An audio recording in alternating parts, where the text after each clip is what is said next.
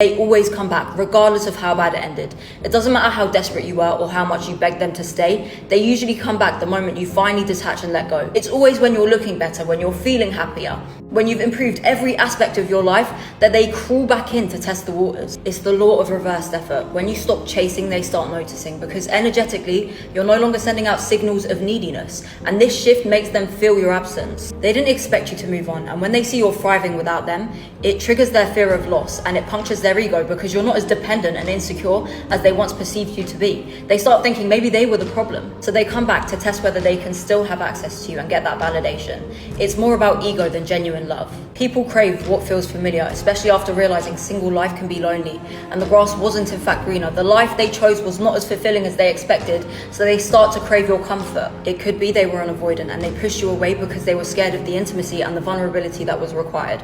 But the space and time made them reflect. It gave them clarity and helped them realize they made a mistake, so now they want to make amends once they feel safe again. However, if they haven't healed their attachment wounds, the same cycle is going to continue. The reality is, if they always come back, it is not a good thing, especially if it happens repeatedly, because it shows you lack boundaries.